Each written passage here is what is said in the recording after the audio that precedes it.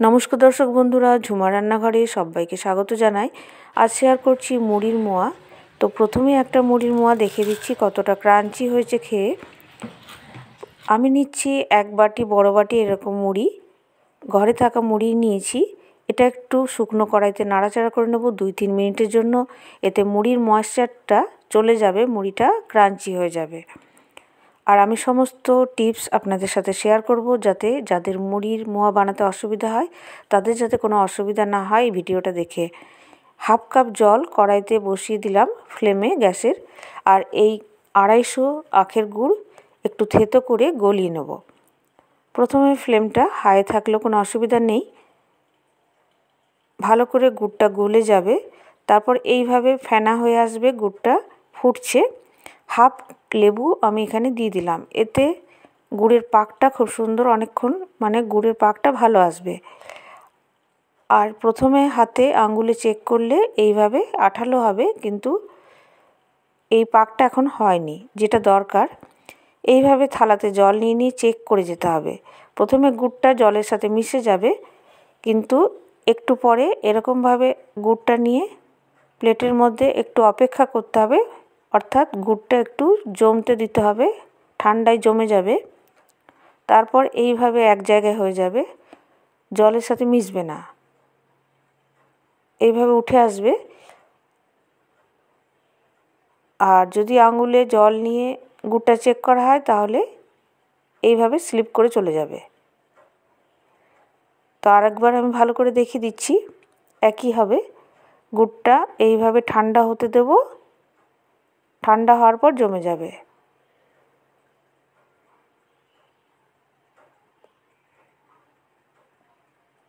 আমি যেভাবে পুরো ভিডিওটা দেখিয়েছি, পুরো ভিডিওটা যদি দেখে নেওয়া হয় তাহলে সবাই মোয়াটা তৈরি করতে পারবে আশা করি।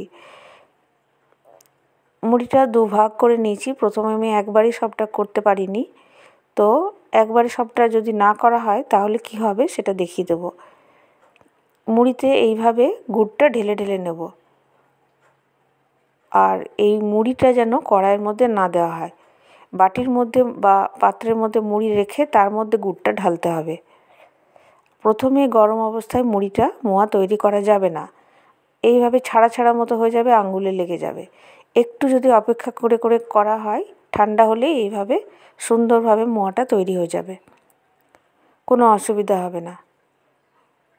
তাই প্রথমে যদি এইভাবে মুড়িটা ছেড়ে ছেড়ে যায় তাহলে কোনো ভয়ের কিছু নেই, একটু করে ঠান্ডা হতে দিলেই মুড়ির মোয়াটা তৈরি হয়ে যাবে। এইভাবে যদি গুড়ের পাকটা ঠিক করা যায় তাহলে সবাই মোয়াটা বানাতে পারবে। আমি ইউটিউব ভিডিও সার্চ করে মোয়া বানাবার চেষ্টা করেছিলাম, কিন্তু পারিনি। আমি আমার একটা বন্ধুর মায়ের কাছ থেকে এটা শিখেছি, তাই আপনাদের সাথে শেয়ার করলাম। সমস্ত টিপসটা আমি বলার চেষ্টা করছি। আর এই গুড়টা যেটা বাকিটা রয়ে গেছে, ওটা ঠান্ডায় জমে গেছে, ওটা আবার গ্যাসের ফ্লেমে সামান্য একটু জল দিয়ে গলিয়ে আবার আগের মতো একইভাবে চেক করে নিতে হবে গুড়টা। তাহলে বন্ধুরা, আমার এই রেসিপি আপনাদের যদি ভালো লেগে থাকে প্লিজ আমার চ্যানেল সাবস্ক্রাইব করবেন, পাশে থাকা বেল বাটনটা ক্লিক করে দেবেন, তাহলে যখনই রান্নার ভিডিও আপলোড করব তাড়াতাড়ি নোটিফিকেশন আপনাদের কাছে পৌঁছে যাবে।